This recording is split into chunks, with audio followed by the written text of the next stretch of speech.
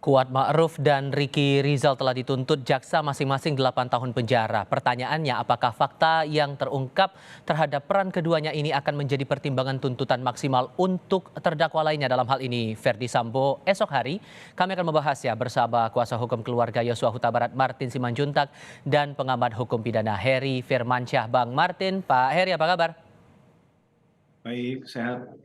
Terima kasih sudah bergabung bersama kami. Saya mau mulai dengan Bang Martin dulu kalau begitu. Dari pihak keluarga tadi sudah diwakili oleh ayah Yosua kepada kami menyampaikan menyayangkan kenapa tuntutannya 8 tahun masing-masing, bisa di atas 10 tahun. Tapi kan kalau dipikir-pikir sebetulnya masih bisa menunggu vonis hakim nantinya. Gimana tuh? Ya, jadi dalam hukum acara kita ya, yang melakukan penuntutan itu jaksa. Walaupun nanti hakim ya pada saat membuat suatu putusan itu bisa melebihi dari tuntutan jaksa.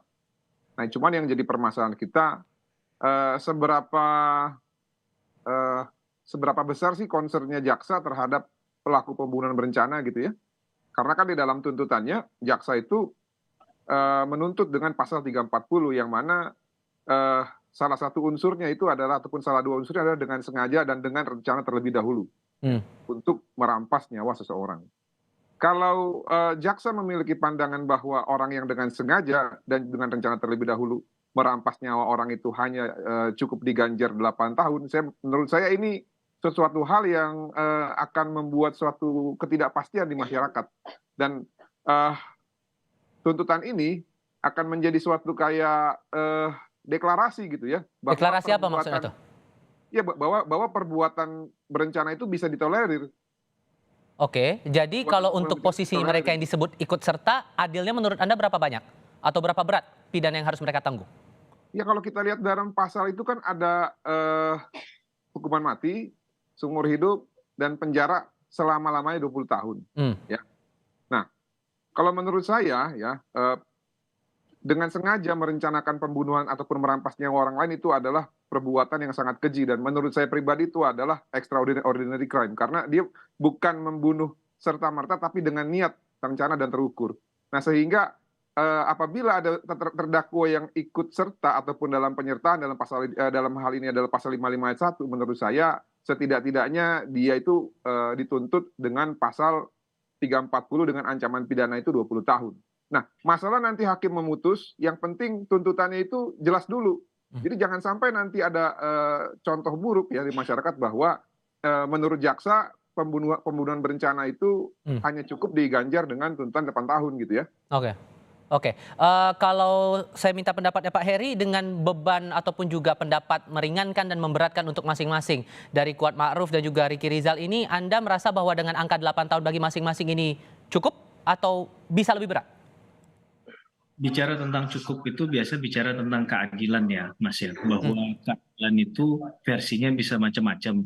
Pastinya menurut keluarga korban inginnya yang maksimal kan. Tentunya ingin jangan sampai hukumannya di bawah dari setengah bahkan. Kalau kita lihat tadi yang terakhir Bang Martin katakan kan 20 tahun penjara. Kalau 20 dibagi 2 saja kan nggak nyampe 10 tahun itu kan berarti 8 tahun di bawahnya 10 tahun kan. Nah, itu tengahnya aja nggak sampai di situ. Jadi kalau kita bicara keadilan akan berbeda versinya si terdakwa tentunya ingin yang seringan-ringannya. Tapi dalam konteks ini sekali lagi memang jaksa melakukan penuntutan, tetap nanti hakim yang membuat putusan kan. Bisa saja nanti putusannya tadi kan sudah disampaikan juga melebihi dari apa yang dituntut. Mungkin saja ada pertimbangan lain dari hakim, tapi setidak-tidaknya tadi bahwa ini dinyatakan terbukti bersalah secara sah dan meyakinkan. Nah, tinggal tadi bagaimana mengkonversikannya menjadi yang di ideal itu berapa sih? Itu kan jadi perdebatan tadi ya. Sekali lagi saya akan kembali ke poin tadi bahwa kalau kita bicara tentang adil dan tidaknya, memang pastinya kita memahami dari masing-masing pihak akan tidak memiliki titik temu di situ. Nah, uniknya di sini adalah posisi Ricky Rizal yang belum di PTDH, masih berstatus sebagai anggota Polri aktif, tapi beban pidana atau tuntutan pidananya sama dengan Kuat Ma'ruf yang posisinya sebagai warga sipil. Ya, kalau saya tadi tidak mendengar ada konteks menyoal masalah itu di tuntutannya jaksa ya, tapi yang perlu dipahami adalah peran dari masing-masing tadi. Jadi kalau saya pribadi akan menepikan dulu statusnya mereka.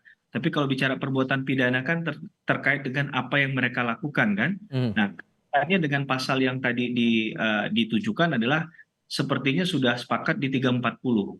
Nah, ini kan berarti berkaitan dengan terdakwa utamanya nanti diputus berapa begitu ya. 30 KUHP itu berarti pembunuhan berencana. Tapi mereka tadi dikenakan di 55-nya. Kalau saya tidak salah di penyertaannya. Iya. Penyertaan itu lebih tepatnya di turut serta. Berarti turut serta itu ada sikap secara fisik yang dilakukan, kemudian juga memahami bahwa tujuannya adalah hilangnya nyawa orang, yaitu almarhum Brigadir Joshua.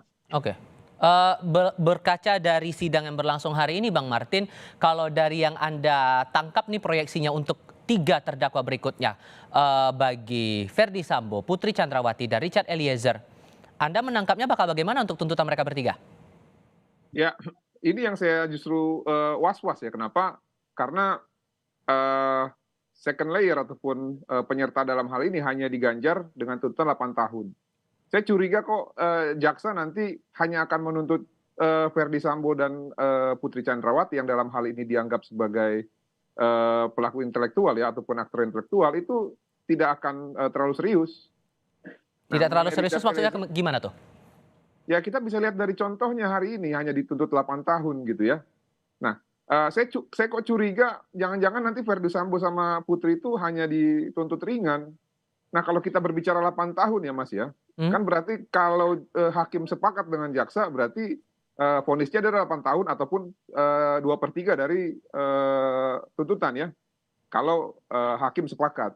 Kalau hakim tidak sepakat, ya dalam tanda petik negatif terhadap tuntutan tersebut, barulah bisa dituntut melebihi dari tuntutan. Nah, lebih ringan dari Kuat Ma'ruf dan Ricky atau bisa lebih berat sedikit atau gimana yang Anda tangkap kira-kira? Kalau untuk Ferdy Sambo pasti lebih berat dan Putri, saya yakin itu ya. Namun seberapa serius tuntutannya? Ini yang kita bicarakan saat ini gitu loh. Kalau Richard Eliezer? Menurut saya Richard Eliezer akan lebih sedikit berat daripada Ricky dan Kuat karena tadi ada beberapa poin ya dalam surat tuntutan yang mengatakan bahwa Richard Eliezer itu dalam menerima perintah langsung menerima dan langsung menembak. Nah, ini menurut saya ini agak mengkhawatirkan. Berarti jaksa dalam hal ini beranggapan bahwa Richard itu seharusnya bisa menolak dan seharusnya tidak langsung menembak gitu loh. Nah, makanya kita doakan yang terbaik. Karena apapun itu, Richard ini sudah menjadi justice kolaborator dan sudah mempertanggungjawabkan apa yang dia sampaikan di depan keluarga korban gitu ya. Oke. Satu hal yang mau saya tanyakan ini, karena jaksa penuntut umum sempat menyinggung masalah ada dugaan perselingkuhan antara Joshua dengan Putri Chandrawati. Apa respon dari keluarga ataupun juga dari tim penasihat hukum? Ya, respon kita kan ada 2 sebenarnya kesimpulannya. Yang pertama, tidak adanya kekerasan seksual. Itu kami sepakat. Memang tidak ada kekerasan seksual yang dilakukan Joshua kepada Putri Chandrawati. Nah, lalu bagian yang lain kesimpulan dalam tuntutan adalah bukan pelecehan seksual, melainkan perselingkuhan. Nah, ini yang kami tidak sependapat. Kenapa? Karena Joshua ini memiliki tunangan dan tunangannya masih muda dan cantik. Itu yang pertama secara secara kenyataan ya. Lalu yang kedua secara sifatnya Joshua. Nah, yang keluarga tahu selama ini bahwa Joshua itu sangat menghormati orang tua. Apakah dia mau gitu ya mengesampingkan dia punya moral selama ini hanya untuk melakukan perselingkuhan dengan Putri Chandrawati. Tapi apapun itu ya biarlah nanti hakim yang memutuskan gitu ya. Demikian, terima kasih. Oke, kita coba simak dulu tanggapan dari tim penasihat hukum dari Ferdy Sambo dan Putri Chandrawati. Ini kata Arman Hanis nih Bang, kami sangat sayangkan tuntutan JPU yang disampaikan hari ini. Asumsi yang dimunculkan dalam dakwaan diperparah dengan tuduhan tidak berdasar apa yang didakwakan kepada terdakwa. Sejumlah bagian dari tuntutan benar-benar bertentangan dengan bukti yang muncul di persidangan. Singkat saja tanggapan Anda soal ini.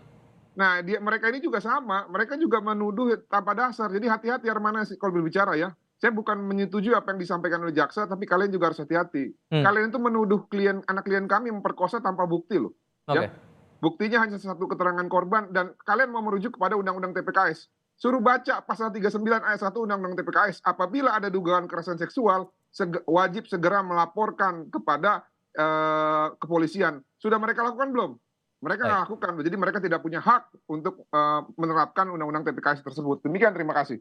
Menurut Anda, Pak Heri, dengan adanya dugaan perselingkuhan yang dibawa jaksa dalam sidang tuntutan kepada 2 terdakwa pembunuhan Yosua hari ini, bakal ngaruh tidak untuk tuntutan bagi 3 terdakwa lainnya? Terutama untuk Putri Chandrawati. Ya, saya rasa sini sudah di luar dari konteks ya, bahwa kita tentang dakwaan itu kan berarti sudah melimitasi dan juga sudah memframing agar tidak keluar dari jalurnya. Maka kita hanya bicara di 338 dan 340 KUHP, Mas. Kalau di luar dari konteks itu, sekali lagi, ini juga masuk ke daluarsa ya. Berarti kan hilangnya hak untuk menuntut. Karena apa? Salah satunya adalah karena misalnya si tersangka itu sudah meninggal dunia. Karena nggak mungkin lagi diproses secara hukum gitu ya. Dan ini bicara tentang bukan hanya keadilan, tapi kepastian hukum juga.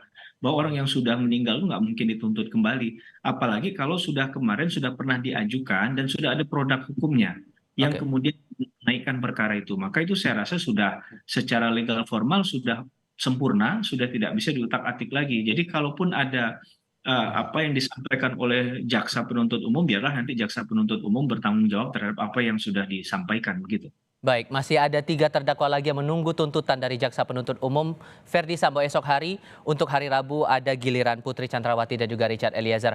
Pak Heri, terima kasih. Bang Martin juga terima kasih sudah berdialog bersama kami hari ini di Kompas TV. Sehat selalu untuk Anda berdua.